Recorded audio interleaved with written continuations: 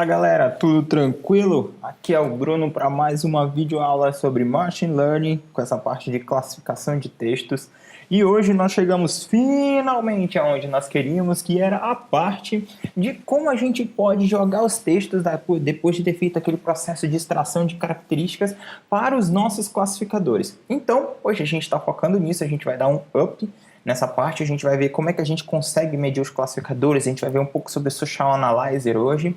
Então, baseado na última aula, eu espero que vocês gostem também, porque foi muito divertida as duas últimas aulas. Então, estamos aqui voltando com todo o gás para a gente começar a trabalhar. Então, mãos à obra. Eu aproveitei as aulas de processamento de linguagem natural, então os códigos já estão aqui, da parte de processamento de linguagem natural, a parte de remoção de stop words, tokenizer, emojis, tarará.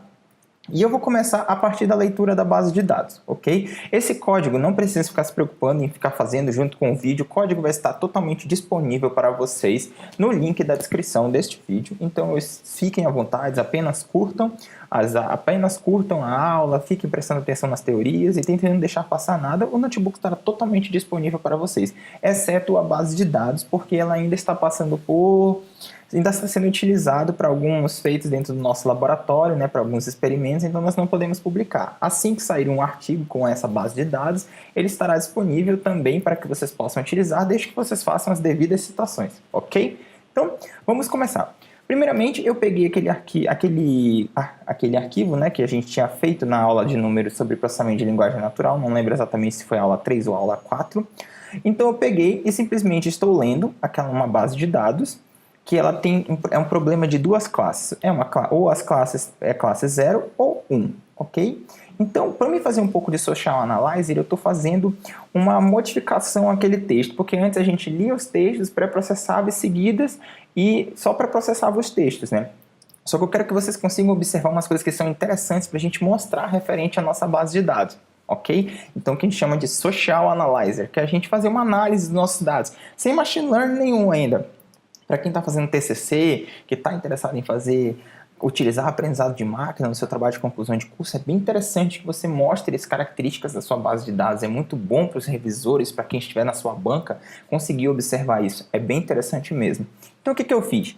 Eu estou lendo uma base de dados aqui, o nosso delimitador, nesse caso, é vírgula, tá? Então, como só tem duas colunas no nosso arquivo CSV, eu estou separando em o que está no índice 0 são simplesmente os nossos textos, ok, as nossas amostras, e o que está no índice 1 são os rótulos associados, porque nós estamos trabalhando com aprendizado supervisionado. Se você tem alguma dúvida, você pode dar uma olhada no nosso último vídeo, que eu dou uma explicação sobre o que é o aprendizado supervisionado, que é simplesmente a gente ter uma informação relacionada a outra. Então, como a gente está querendo classificar textos, eu tenho um texto e eu preciso como se tivesse um professor dizendo, olha, essa amostra aqui eu tenho certeza que é 1, eu tenho certeza que isso aqui é 0. E o classificador aprende baseado nessas informações que são chamadas desse processo que é chamado de rotulação, que é simplesmente você pegar um dado e inferir uma informação sobre ele, atribuir um rótulo àquela informação.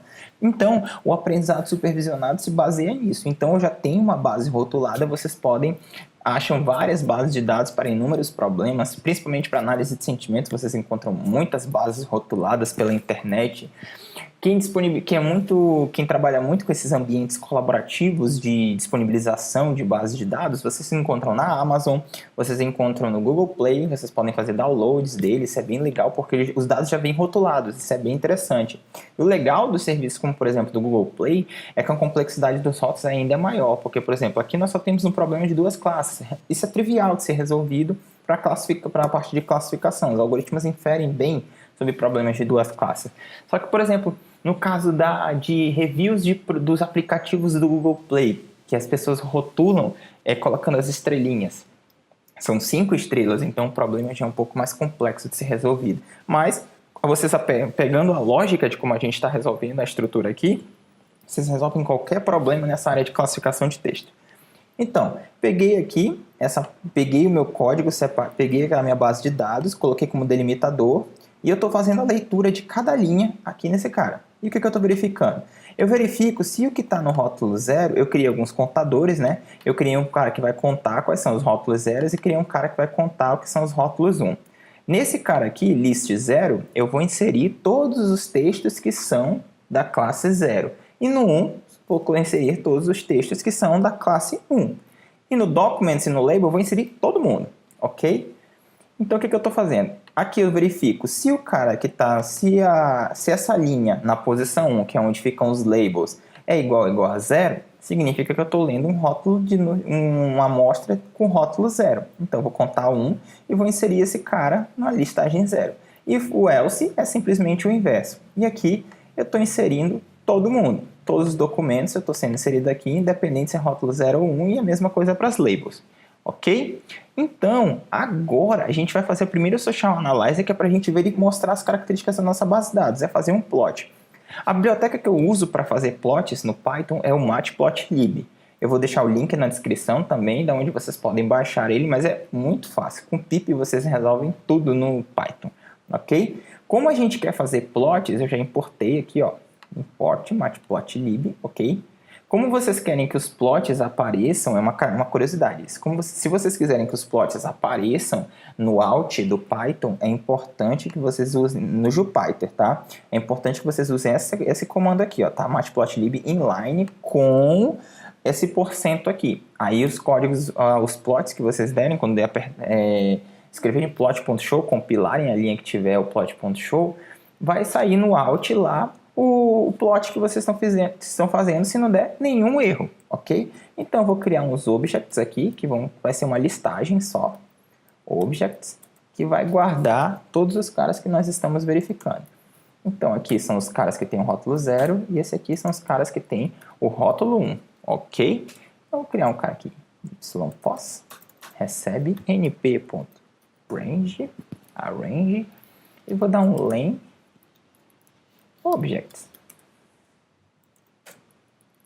Ok? Então vamos lá, perform.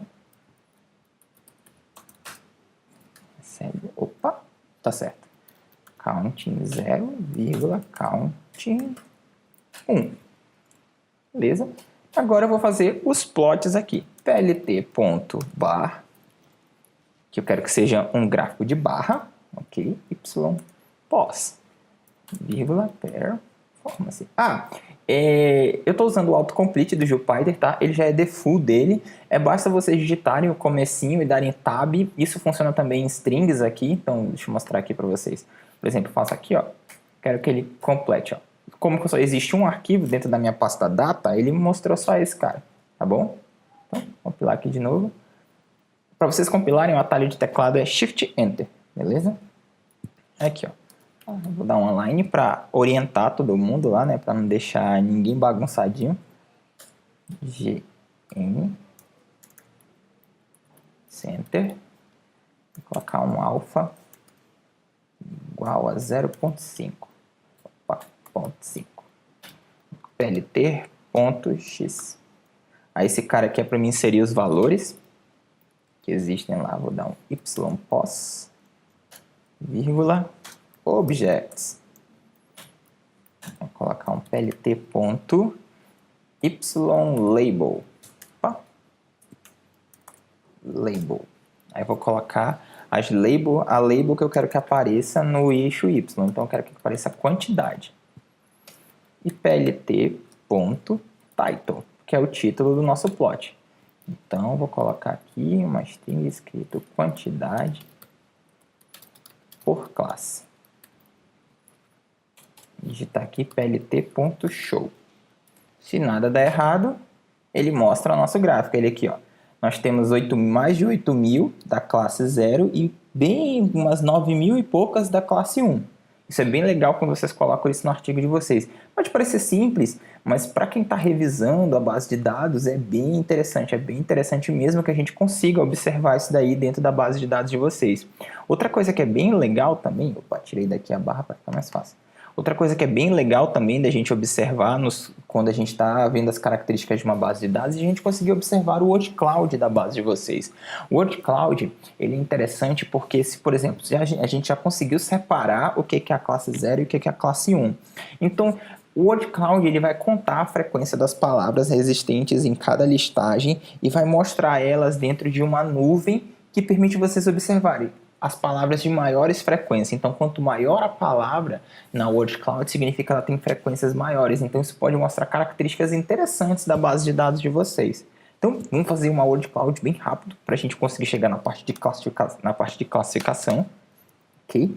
Criar um template aqui. Eu estou criando um template porque eu não quero ficar criando um arquivo físico só para ficar fazendo essa parte de contar, né, fazer essa geração dessa word cloud. Então eu estou gerando um arquivo temporário. Vocês podem gerar um arquivo físico para não ter que ficar processando toda vez a base de dados de vocês, tarará, por isso, ok? Eu foquei no arquivo temporário, mas fica a critério de vocês. Aí eu vou mostrar todo mundo que está na listagem 1, ok? Vou colocar aqui fp.writelines e vou colocar aqui um J, ok? Porque J é a linha que eu estou lendo, então ele está verificando em cada posição daquela listagem de todas as amostras que tem o rótulo 1, aí eu só estou percorrendo um a um, inserindo e escrevendo num arquivo temporário. Aí eu vou ler esse arquivo temporário agora, porque a entrada para o Word Cloud, para a API que eu uso de Word Cloud, ela é um arquivo, ok? TXT ou temporário, fica a critério de vocês. Aí eu estou lendo esse cara, estou lendo todo mundo agora, aí agora eu vou gerar o Word Cloud. Word Cloud recebe Word Cloud .generate. Vamos ver se vai dar tudo certo. E deu tudo certo. Agora vamos explotar essa word cloud. plt.imshow.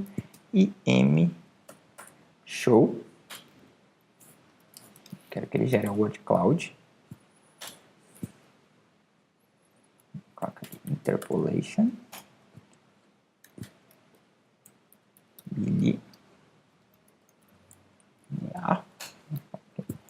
Não quero que apareçam os valores no eixo X. Axis. Off. plt.show. Olha aí, que interessante. Ele mostra pra gente as palavras mais frequentes. Então, por exemplo, nessa base que a gente está observando, as palavras mais frequentes são funny, sarcasm, whiny, sarcastic, club. Então, tem várias palavras. Se vocês podem fazer isso também para classe 0, é bem interessante para vocês conseguirem observar.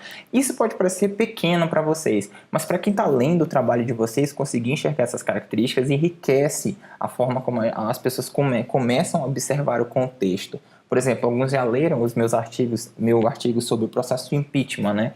Um algoritmo de classificação que foi utilizado para inferir se um texto era a favor ou contra o processo de impeachment. A gente mostra essas características, isso enriquece a vida do leitor, isso facilita o entendimento dele em relação ao contexto que vocês estão trabalhando. Então, quando vocês pensam em machine learning, não pensem só em código, facilitem a vida de quem vai ler o trabalho de vocês, porque quando vocês fazem alguma coisa, vocês fazem pensando em alguém que vai ler, não é simplesmente só para vocês, ok? Então, agora a gente vai chegar finalmente na parte de como é que a gente faz para classificar as informações, ok? Essas Social Analyzer é apenas uma forma de vocês observar o contexto, ainda não é Machine Learning em si, é agora que a gente vai chegar nisso, ok? Então, eu vou chegar aqui, vou colocar um clean documents, criar a listagem de documentos limpos e eu vou fazer o quê? For doc in documents. Lembra do documents que a gente criou lá em cima, que tem todos os textos? Para não demorar muito na parte de processar esses dados, porque vocês já viram como é que cria isso, eu vou fazer só uma função para ser bem rápida. Remove stop words. Remove underline stop words. E vou passar aqui em doc. Aí fazer aqui, ó, document, apagar o S, recebe, colocar aqui, ó, porque vai estar vindo todo mundo em formato, a saída desse doc aqui, ela é um vetor, então em cada posição vai ter um termo processado, esse join aqui permite que eu junte todo mundo como se fosse uma string. C, doc.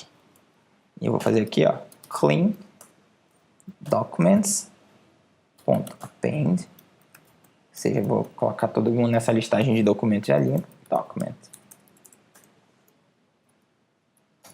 Vamos Vamos ver se deu tudo certo. Quem que eu esqueci? Função remove stop words not defined. Eu não compilei a função remove stop words. Deixa eu ver aqui.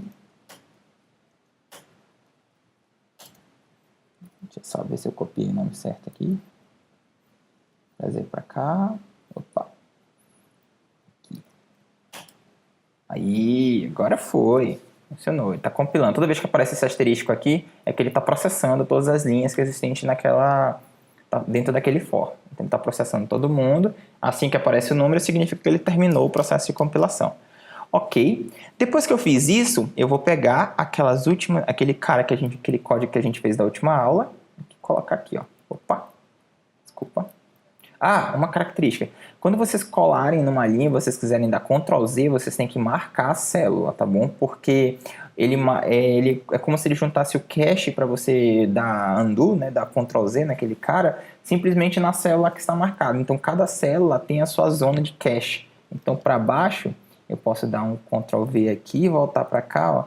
E veja que ele está voltando da última estrutura que estava lá, não ao cara que eu compilei ainda agora. Como ele ficou em memória, eu não preciso ficar compilando de novo. Então, eu vou chamar simplesmente o código que a gente gerou na nossa aula de número 6, que foi o processo de representação de dados. Estou pegando o TF-DEF, o TF-DEF com bag of words, e estou colocando o IDF. Então, eu quero que ele calcule o TF e o IDF. Caso você não saiba como é que calcula o TF e IDF, você pode olhar na última aula que eu explico tranquilamente como é que você consegue calcular o TF e IDF. E eu vou compilar essa linha. Pronto, compilei. Agora, essa variável x, ela guarda a matriz numérica de termos que estão sendo utilizados, que foram convertidos, né? Então, eu tenho aquela listagem de documentos que foram convertidos para uma matriz numérica. E os labels, eles foram inseridos no y, que eles correspondem à nossa listagem de labels, ok?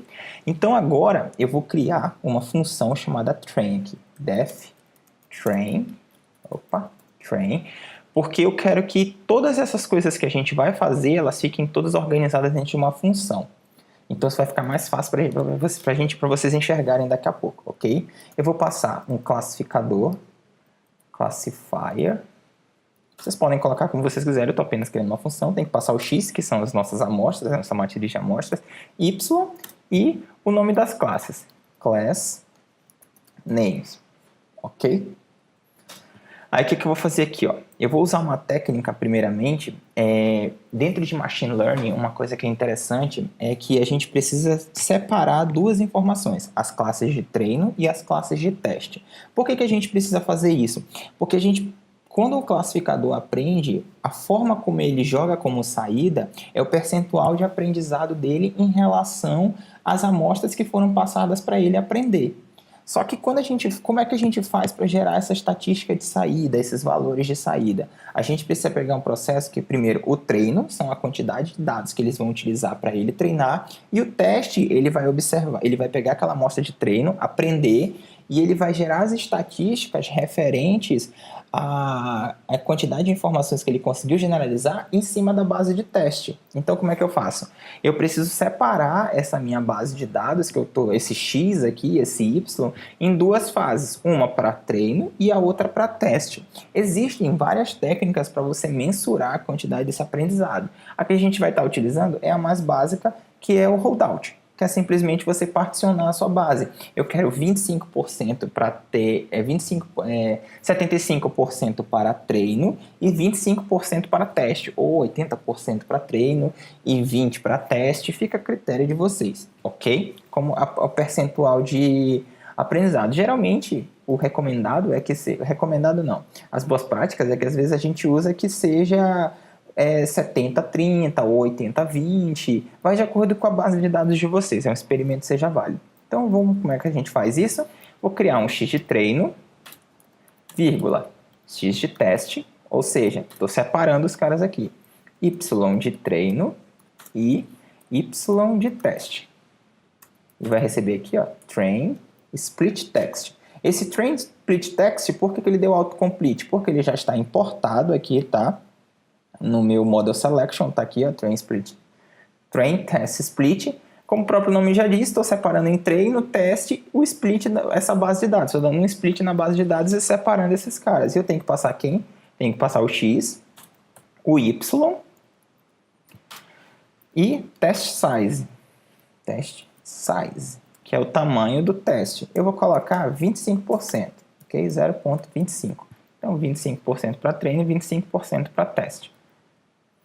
Aí, existe uma coisinha que é preciso, ele faz um random state dentro da base. Para vocês não viciarem, para não dar aquele processo de overfitting, vocês dizem, eu quero que as melhores amostras fiquem em cima, é interessante que todo o processo seja randômico, o mínimo de interferência de vocês dentro do controle das amostras de vocês. Eu quero que todas as amostras fiquem para cima, e todas as amostras fiquem para baixo, e não quero que ele leia sequencial, para não ter esses problemas de aleatoriedade de dados, deixa o método fazer a própria forma aleatória dele. Então, eu vou criar um random, vou chamar um random dele, do próprio método, random state, random underline state, e coloco aqui 42. Para quem gosta de Mochileiro das Galáxias, essa sequência é a resposta do universo, né? Tudo é em cima disso. Vamos ver se vai dar tudo certo aqui, só até aqui. Pronto, deu tudo certo, ele compilou perfeitamente. Então vamos continuar o código, ainda não acabou. Deixa eu só voltar para cá. Pronto. Aí eu vou fazer o que agora? Eu vou pegar o meu classifier e chamar a função fit, ok? Essa função fit, o que ela faz? Todo classificador, dentro da documentação da scikit-learn, ele tem esse método fit. É como se ele fosse treinar realmente, fit de fitness. Então, é bem intuitivo essa documentação, o nome, como eles chamaram os métodos dentro da documentação da scikit-learn, facilita bastante para quando a gente vai saber o que está acontecendo naquela linha. Então, ele está simplesmente chamando a classe fit.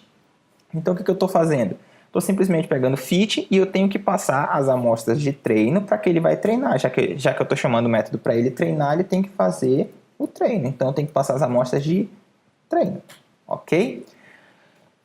Quando a gente está fazendo esse processo, como é que ele sabe que o cara que está no X, o rótulo dele está no Y? É por processo de índice.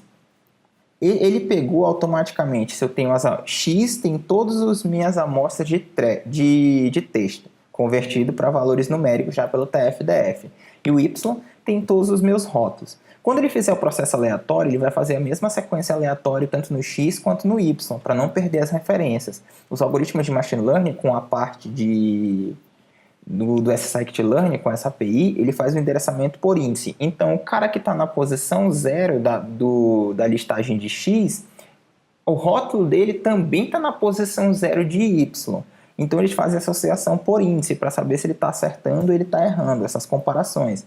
Entenderam? É mais ou menos assim que ele faz, é bem nesse nível mesmo de comparação por índice. Então, até o Train Trash Split se preocupa. Poxa, se eu estou mandando o Y para cá, ou se eu estou separando essa quantidade para teste, eu tenho que fazer a mesma coisa com o Y, para mim não perder as referências dentro dele. Então, a documentação, o código por detrás do scikit-learn se preocupa em fazer isso para você. Ok? Então, nessa linha aqui, eu vou deixar até o comentário, nessa linha aqui, eu estou treinando meu algoritmo. Ok? Meu algoritmo, ele está sendo treinado aqui. E agora, eu preciso verificar como é que está a relação de teste. Como é que eu faço para computar isso? Porque, assim como eu falei para vocês, o cômputo de quanto que um algoritmo está aprendendo é em relação à estatística que ele aprendeu em relação à base de teste. Então, eu preciso gerar isso. Já que nessa linha ele está treinando, agora eu vou fazer isso aqui, ó. Vou criar uma variável chamada ypred, ok? Aqui eu vou criar vou chamar de ML, ok? Que é o algoritmo de AML, algoritmo de Machine Learning. AML, aí eu vou colocar aqui, ó, aml.predict. O que está acontecendo aqui? Quando a gente treina um algoritmo de aprendizado de máquina, a forma como ele é treinado geralmente, principalmente na parte de classificação, para ele fazer predições. Então, para mim validar a base de teste, eu preciso fazer como? Eu preciso pegar o modelo, nessa linha aqui que está marcada, pegar um modelo, as características que ele aprendeu e mandar ele predizer a base de teste. O que é o processo de predição? É simplesmente eu mandar ao mandar aquele algoritmo de aprendizado de máquina dizer quais são os rótulos desses dados que não tem rótulo. Entenderam? É isso que a gente vai fazer. A gente vai tentar fazer esse tipo de inferência agora para poder a gente medir a estatística do nosso algoritmo. A gente vai simplesmente pegar, repetindo, a gente vai simplesmente pegar o que foi treinado e mandar ele fazer predições em cima da base de teste. Como eu quero fazer o processo de validação, eu não preciso ainda ficar olhando os Y de teste, os rótulos de teste. Então, eu vou simplesmente colocar aqui, ó, X de teste. Aí o que ele vai fazer? Ele vai pegar para cada amostra existente na base de teste, ó, simplesmente, prestem atenção, a gente está focando só no X de teste, o Y de teste não entrou aqui como parâmetro, vocês vão já entender por quê. E eu vou mandar ele atribuir rótulos para esses caras. Então, se tem N, se eu possuo 100 documentos aqui na base de teste, a saída desse algoritmo de aprendizado de máquina vai ser uma listagem de 100 posições, onde cada posição é um rótulo, entendeu? É isso que a gente vai fazer nesse processo.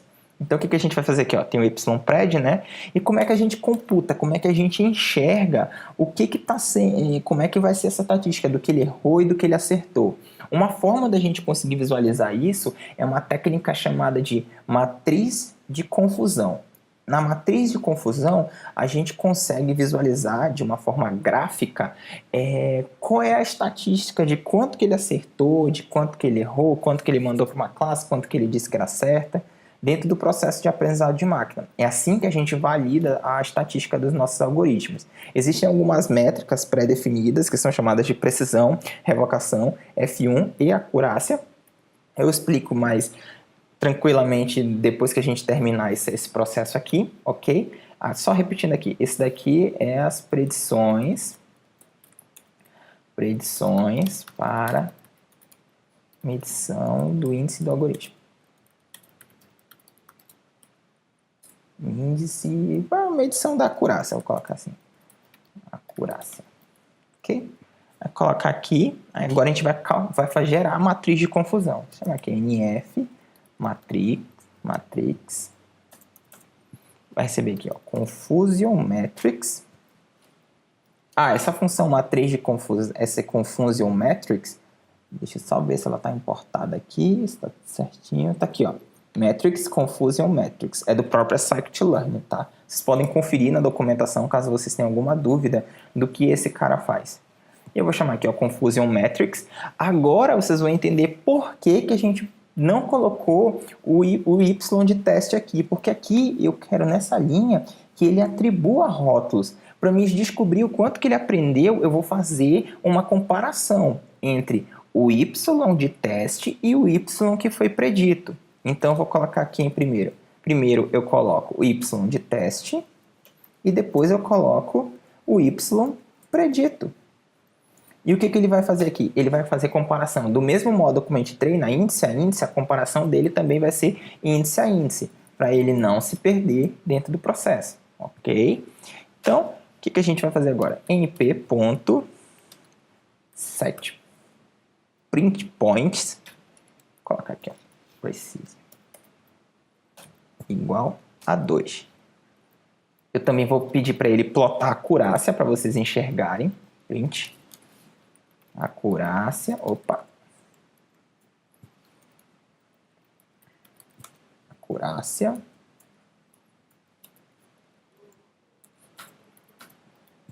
colocar aqui, ó, classifier, AML, classifier, .score, score. Aí eu coloco quem aqui? X de teste, Y de teste. Tudo certinho os parênteses aqui. Agora eu vou plotar a matriz de confusão para vocês poderem observar. Vou criar um figure aqui. Figure. Coloca aqui, ó. Plot. Deixa eu ver se está compilado aqui o código da matriz de confusão. Não, eu não trouxe o código da matriz de confusão. Deixa eu só copiar aqui o código da matriz de confusão para eu ter que escrever ele todo. Não se preocupe em ficar copiando o código, porque ele vai estar disponível, tá no link da descrição, então vai ficar bem mais fácil para vocês observarem depois. Apenas prestem atenção. O código é bem grandinho. Simplesmente o que eu estou fazendo aqui? Eu estou só verificando, esse código aqui ele é o código que é seguido como exemplo na documentação. Ele está simplesmente verificando. A matriz normalizada é uma matriz de confusão que vai ser gerada entre valores de 0 e 1. Ok? Simplesmente eu vou pegar o maior número e dividir todo mundo por ele. Então, tipo, ele por ele mesmo vai dar 1, caso dê. Então, mas as distribuições de probabilidade vão ficar sempre entre 0 e 1. E aqui eu estou simplesmente passando o nome das classes e pedindo para ele plotar. Esse código pode não fazer nenhum sentido para vocês por enquanto, mas daqui a pouco vai fazer, então não se preocupem. Deixa eu compilar aqui. Agora eu acho que vai aparecer lá para mim fazer o import lá. Vamos ver aqui. Plot Confusion Matrix. Agora apareceu. Então eu preciso passar alguns parâmetros para ele. Quais são os parâmetros que eu preciso passar para essa matriz de confusão? Primeiramente eu tenho que passar os valores que eu computei da matriz de confusão. Eu preciso passar as classes, certo? Então, eu vou passar o class names, que a gente passou por parâmetro. Class names. E eu preciso passar o título. Matriz de confusão. Confusão. Aí eu vou colocar aqui, ó, Opa! Volta. plt.show. E eu vou retornar para encerrar o método classifier. Bora ver se deu tudo certo. Temos um erro. Tadadã, matriz de confusão. Acho que esqueci de especificar qual era o parâmetro, né? Title. Foi. Agora que funcionou, a gente precisa fazer a chamada dessa função. Então, eu vou chamar o train. Ok? Agora, vamos para a parte que interessa. Quando a gente está trabalhando com a parte de classificação, a gente tem vários algoritmos para fazer isso. Dentro do estado da arte, assim, das técnicas que melhor fazem inferência para classificação, nós temos alguns algoritmos que já se destacam porque já são estudados há muitos anos nessa parte de análise de sentimentos, inferência de polaridade sobre textos. Essas técnicas já são bem batidas, já são técnicas que têm anos bem estudadas. Então, quais são algumas delas? SVM, Support Vector Machine, nós temos o Multinomial Naive Bayes, nós temos o Max Entropy. Eu vou mostrar duas técnicas para vocês, que é o Multinomial Naive Bayes e vou mostrar também o SVM. O Max Entropy e outras técnicas, variações do SVM, vocês conseguem encontrar todas elas na documentação. Mas caso vocês tenham necessidade, deixem na descrição do link, caso vocês queiram que eu mostre esse mesmo exemplo usando outras técnicas ou explicando detalhadamente como é que funciona cada equação. Eu não me importo. Eu não me importo nem um pouco e ficaria até feliz em compartilhar um pouco do que eu aprendi. Isso serve para mim também, para me aprender mais. Ok? Então, eu vou chamar o Multinomial Naive Bayes. Como é que ele funcionou? Também já está importado aqui. Ok? Aqui, ó. Multinomial Naive Bayes, ó, é Scikit-Learn Naive Bayes. Ele é baseado na teoria bayesiana, que ele vai fazer as inferências. A diferença principal entre o SVM e o Naive Bayes. O SVM, ele é um algoritmo que classifica muito bem mesmo esse tipo de inferência, só que ele é um pouco lento. Então, quando você tem um probleminha assim, poxa, eu quero um algoritmo que tenha bom desempenho, mas eu preciso economizar memória, porque o hardware onde eu vou hospedar o meu algoritmo de machine learning não é aquela máquina super robusta, e eu tenho muitas amostras, para quando você quer economizar memória e quer ter bom desempenho de classificação, eu recomendo que vocês utilizem o SVM, ele é muito bom para fazer esse tipo de inferência, para quando você precisa economizar hardware.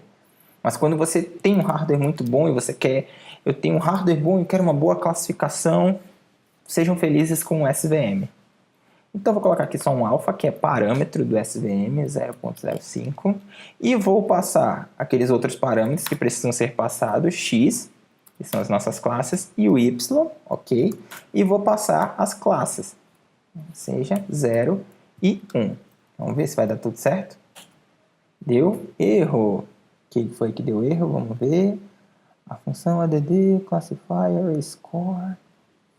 Eu acho que eu não computei. Deixa eu só ver isso aqui rapidinho.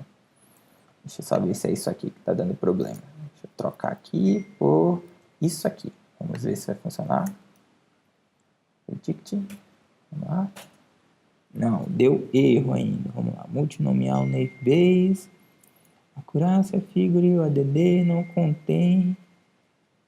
Y de teste é D-type 30S32. Vou colocar um porcento S. Deixa eu ver. Só tirar isso aqui, deixa eu ver se é a concatenação da string. E pior que era. Deixa eu só verificar aqui. Então, acho que a concatenação da string, eu vou ter que colocar um carinha chamado porcento S aqui, só para verificar se a sentença vai dar certo. Vamos ver se é isso mesmo. Vou colocar um asterisco, um percento aqui, vamos ver. Ah, agora foi. Era isso mesmo. Era a troca. Então, o que eu estou fazendo aqui? Essa daqui é a matriz de confusão. Para que serve essa matriz de confusão? Ela serve para a gente conseguir visualizar o quanto que o nosso algoritmo aprendeu. Como é que a gente observa? A grosso modo, o que vocês precisam saber sobre a matriz de confusão? É que essa diagonal principal que está aqui, ela tem que bater o número máximo de amostras que foram utilizadas para você executar aquele processo. Então, como a gente separou 75% para treino e 25% para teste, 25% daquelas amostras que a gente utilizou foram divididas, estão aqui para serem verificadas quanto que ele acertou. Então, da classe 0, quantas tinham? 1.803 mais 284. Quantas amostras que eram da classe 0, porque olha aqui, ó, true labels, as labels de verdade, então as labels que já foram rotuladas, que ele disse que realmente eram classe 0. Isso aqui, essa linha de baixo aqui é que significa o que o algoritmo aprendeu. E essa daqui é o que tem na base de dados de verdade. Então ele vai bater como na matriz de confusão? O que o algoritmo aprendeu com o de verdade, ele faz aquele processo. Então, quantos eram 0 que o algoritmo disse que eram 0? Ah, 1.803. Ele errou 284. Beleza? E aqui, ó, quantos eram 1 de verdade que ele disse que era 0? Que ele errou? Ah, 122. Ele errou pouco. Se comparando que ele acertou 2.301 amostras.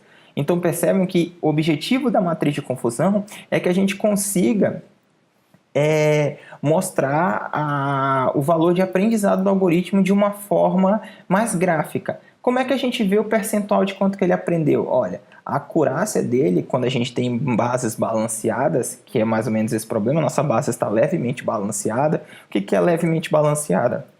Significa que a quantidade de amostras das classes são bem parecidas. Então a gente consegue não ter discrepância, não ter sobreposição de dados, porque a acurácia, como ela é uma métrica um pouco genérica, ela mede o nível de desempenho do algoritmo em relação a todas as classes. Se você tem, por exemplo, na classe 1 eu tenho 1 milhão de amostras e na classe 0 eu tenho 2 amostras. Se você aplicar a acurácia em cima, é meio que uma desvantagem, você meio que está escondendo o aprendizado real do seu problema, porque vai ter uma sobreposição dessas informações, porque como a acurácia é uma métrica genérica, você tem 1 milhão e 2 só da outra classe, logicamente que ele vai dizer que ele aprendeu muito, porque ele está olhando todo o aprendizado da classe 1 e quase como não teve pouco aprendizado da classe 0, esse gigante vai sobrepor o pequenininho. Então, é sempre bom você usar a acurácia quando você está com esses tipos, né, de informação. São valores levemente balanceados. Existem outras métricas que a gente pode utilizar? Existem outras métricas sim que nós podemos utilizar, que são métricas de recuperação da informação. Vocês conseguem encontrar essas informações no livro do professor Berthier, ok? De recuperação da informação. As 3 métricas principais, quais são as diferenças dessas 3 métricas principais? Precisão, revocação e F1 em relação à acurácia. Quando você não tem valores de base balanceadas, o que acontece? Você precisa mostrar, é interessante também que você mostre, além da acurácia, você mostrar quando você tem um problema de 2, 3, 5, 6, 8, não interessa quantas classes vocês tenham, é bom você mostrar o aprendizado individual de cada classe. É muito interessante que a gente consiga observar esse aprendizado individual. E as métricas de precisão, revocação e F1, elas servem justamente para nos mostrar esse aprendizado individual, quando a gente não tem esse levemente balanceado. Mas mesmo que você tenha sua base esteja balanceada, é interessante que você mostre essas métricas. Então, eu vou copiar aqui de um código que eu já tenho, as métricas de precisão, revocação e F1, ok? Eu vou colocar aqui embaixo. Deixa eu só regular aqui. Vamos regular aqui a indentação. E vou fazer a mesma coisinha que a gente fez aqui, né? É bom, né? Para não dar problema. Aqui, aqui, aqui e aqui. E substituir, e substituir esse carinha aqui por 1%. Sendo trollado pelo meu próprio teclado. Só corrigindo aqui. Ok. A acurácia eu já tenho, então eu vou tirar daqui. Simplesmente é uma forma diferente de você observar a técnica. Eu já explico para vocês como é que vocês calculam isso. Deixa eu só fazer os importes aqui das classes que a gente vai precisar para a obtenção das métricas. Como eu estou copiando de um códigozinho daqui, eu vou precisar ir lá em cima e deixa eu só tirar daqui. Eu só preciso da precisão, revocação, confusão de matriz eu já tenho. Só esses caras aqui que eu preciso. Então, precisão, revocação e F1. Vamos ver se deu tudo certo. Sim, deu tudo certo. Agora eu vou recompilar essa célula, né? Porque eu preciso... Deixa eu só ver aqui. Aqui é Y. Aqui, é Y de teste. Teste. Vou substituir aqui todo mundo por Y de teste. Y de teste. O resto é Y pred. Deu tudo certo? Aparentemente, vamos lá. E pronto. Nós temos os valores de precisão, revocação e F1. Tá aqui, ó. Precisão, revocação e F1. O SSIT Learning já ordena em ordem alfabética para você. Então, por exemplo, 0 e 1, ele vai trazer primeiro os valores de precisão, revocação e F1 da classe 0, depois os valores de precisão, revocação e F1 da classe 1. Bruno, como é que a gente consegue calcular esse negócio? A gente calcula, é muito simples, o cálculo é bem simples para a gente fazer o tipo de inferência de precisão, revocação F1. A precisão, ela é meio que a acurácia individual do cara, para a gente conseguir observar quanto que esse cara aprendeu. Então, como é que a gente calcula a precisão da classe 0? Eu vou pegar 1803 e dividir por 1803 mais 122. Simplesmente assim. Para ficar mais fácil, como é que a gente calcula? Quando eu quiser calcular a precisão, eu vou olhar nessa direção aqui, ó, para cá, ó, olhar para cá, nessa direção aqui, na vertical. Quando eu quiser calcular a revocação, eu olho para cá. Então, como é que eu calculo a precisão, repetindo, da classe 0? 1803 dividido por 1803 mais 122. E quando a gente olhar, vai dar isso aqui, ó, 0,94. Ok? E como é que eu calculo a revocação, que é o de cima? É 1803 dividido por 1803 mais 284. Lembra que eu falei? Revocação a gente vai olhar para cá, precisão a gente vai olhar para vertical. Revocação horizontal, revocação horizontal, precisão vertical. A mesma coisa serve para a classe 1. Como é que eu calculo a precisão dela? A precisão dela é 2.301 dividido por 2.301 mais 122. Revocação dela, 2.301 dividido por 2.301 mais 282. E assim você calcula a precisão e revocação de ambas as classes. Primeiro você calcula de uma classe, depois de outra classe. Mas como você já tem métodos que a documentação da Scikit-Learn já disponibiliza esses cálculos para você, já está tudo implementado. Basta você chamar essas funções. Você não vai ter muita dor de cabeça em fazer isso. Mas como eu gosto de mostrar para que vocês entendam como é que funciona por detrás e um dia vocês quiserem explicar para alguém, vocês já sabem como é que funciona. E como é que eu calculo o F1, Bruno? O F1 é mais simples ainda. Você já tem os valores de precisão calculados e os valores de revocação calculados para cada classe. A medida F1 é simplesmente a média harmônica entre as duas primeiras funções. O que é uma média harmônica? Basta simplesmente você multiplicar 2 vezes a precisão vezes a revocação e dividir por precisão mais revocação. Só isso. Caso vocês tenham alguma dúvida, vocês podem consultar na documentação da Scikit-Learn, ou a gente pode fazer uma aula ao vivo onde eu escrevo no quadro, assim, mostrando as equações, a gente pega essas imagens e a gente pode gravar uma aula assim. Deixem no comentário se vocês querem esse tipo de aula ou não, querem continuar apenas com código e vocês se encarregam de fazer a documentação. E, só repetindo, a revocação vocês fazem desse jeito. Desculpa, o F1 vocês fazem desse jeito. É simplesmente multiplicar 2 vezes a precisão vezes a revocação e dividir por precisão mais revocação. Só isso. E você calcula a medida F1. Lembrando que precisão, revocação e F1 é calculado individualmente para cada classe. Existe sim a forma de você calcular precisão, revocação e F1 médio. Basta você alterar esse tipo aqui, ó, o average que vocês querem. Como eu quero o none, ele mostra individualmente para cada um. Aí vocês podem alterar isso para ele calcular a genérica. Então, observando aqui, nós vimos que o SVM deu 90% de acurácia. Nossa, está muito bom esse método aqui. Agora vamos ver como é que funciona quando a gente aplica o SVM nesse cara. Então, eu vou chamar numa outra célula o train e vou colocar aqui, ó, SVM. Ponto. Ele completou porque ele já está importado lá em cima, tá bom? SVC.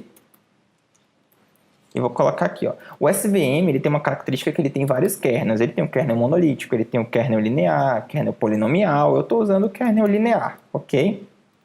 Eu vou deixar também na descrição do vídeo um material chamado Introdução ao Suporte Vector Machine. Lá vocês vão poder entender como é que é feita a construção dos hiperplanos para a separação das amostras dentro desse processo. Okay? Como a gente está focado em fechar um pouco logo essa parte de código, eu vou finalizar o processo e na próxima aula a gente já volta um pouco para a parte matemática, para inferências, descobrir como é que a gente vai ter também uma aula chamada sobre hiperparâmetros, porque vocês estão vendo que eu não falei nada sobre esses parâmetros que eu estou colocando aqui dentro dos métodos. Esses hiperparâmetros, esses parâmetros, eles meio que são uma combinação para cada problema. Então existe umas técnicas que são chamadas de hiperparâmetros, que eles acham a melhor combinação de parâmetros para cada método, para ver qual melhor combinação de parâmetros dá o melhor resultado para aquele seu problema. Então a gente vai ter uma aula de como é que a gente usa, a gente vai ter uma ferramenta chamada Hypertunes, que a gente vai utilizar ela para a gente fazer as melhores combinações de parâmetros para o nosso problema, ok? Então, vou passar aqui de novo a x, y e as nossas classes, 0 e 1. O SVM ele vai demorar um pouquinho, então vamos aguardar o resultado aqui dele. Vamos ver se não vai dar nenhum erro, aparentemente. Então, ele está só compilando. Quando ele terminar o processo, ele vai mostrar a mesma precisão, revocação F1, acurácia e matriz de confusão para vocês observarem o resultado, e a gente vai poder comparar os classificadores. Para quem está pensando em fazer graduação, ter o seu TCC em trabalho de conclusão de curso com essa parte de classificação de textos, isso em si, já saiu o resultado. Isso em si, só para concluir o pensamento, é interessante porque é uma contribuição científica você comparar o aprendizado estatístico desses algoritmos. Isso gera bons resultados. O pessoal, poxa, mas são só matrizes. Mas olha o processo, olha quantas horas foram gastas de estudos, de mapeamentos, de trabalhos que foram lidos para vocês poderem fazer isso e vocês inferirem em parâmetros e comparando com outras técnicas. Isso faz com que vocês sempre busquem melhores resultados. Isso, como trabalho de conclusão de curso, a comparação de técnicas de aprendizado de máquina, com certeza é um trabalho muito útil. Então vamos lá para o SVM. Olha, o SVM deu uma acurácia melhor do que o Naive Bayes. Se a gente comparar, olha, os F1s deu 91 e 92. Vamos ver aqui, ó, 0,9 e 92. A gente vê que o SVM conseguiu aprender mais características em relação à classe 0, mesmo que seja 0,01%, mas ele aprendeu alguma característica, uma diferencial maior. Então isso torna resultados para ele melhores, isso torna ele melhor do que o Naive Bayes. Só que vocês viram que ele é um pouco mais lento de ser executado.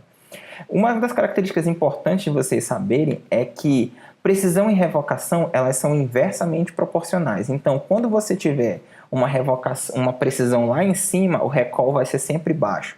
Você nunca vai ter precisão e revocação no mesmo número. Ou, podem observar, a precisão deu 0,94 da classe 0. A revocação foi mais baixa. Aí, observe no caso da classe 1, o recall foi 0,95, então a precisão foi em baixa. Então elas são inversamente proporcionais, elas nunca vão dar valores iguais. E como a gente atribui um alfa igual a 1, é que é para a gente dar, quando a gente vai calcular o F1, quando a gente coloca alfa igual a 1, é que a gente quer que as duas métricas tenham a mesma importância. Se você atribui um alfa igual a meio, então ele vai dar mais importância para precisão do que para revocação. Mas como a gente está a nível de comparação, é interessante que eles tenham o mesmo peso para você fazer uma comparação mais justa, sem dar pesos mais importantes. Mas dependendo do seu contexto que você está trabalhando, pode ser que dar importância para uma métrica seja melhor do que para outra. Então, se a gente observar a matriz de confusão aqui, a gente vê que na classe 0 a quantidade de erros diminuiu, ele conseguiu acertar muitas amostras a mais do que, conseguiu reduzir quase que 30 a quantidade de amostras em relação... O que aconteceu aí? Simplesmente o SVM conseguiu aprender mais características sucintas que o Naive Bayes deixou passar direto. Porque uma das coisas que o Naive Bayes considera é que ele assume muitas interdependências, ele assume que os atributos são muito independentes. Então, quando a gente tem uma quantidade muito grande de atributos dentro da matriz, isso deixa o Naive Bayes um pouco confuso. E o SVM consegue fazer esse tipo de inferência melhor quando a gente tem quantidade de atributos maiores. Então, isso faz com que os valores, isso faz com que o algoritmo, que o SVM seja melhor do que o outro, seja melhor que o Naive Bayes. Eu sei que pareceu muita coisa assim para uma aula, mas, gente, isso é classificação de texto. Vocês veem que é um processo bem simples mesmo. A maioria do trabalho em si de aprendizado de máquina gira mais em torno de a gente fazer... em cima de fazer mais a nossa extração de características e limpeza dos dados do que propriamente em si classificação. Mas é isso, galera. Eu espero que vocês tenham gostado. Até a próxima aula. E tiverem dúvidas, sintam-se à vontade para mandar e-mail. Estarei sempre à disposição dos senhores e para Hangout também. Meu e-mail, bruno.abia@gmail.com, estará na descrição do vídeo. Deixem seu joinha aí. Até a próxima.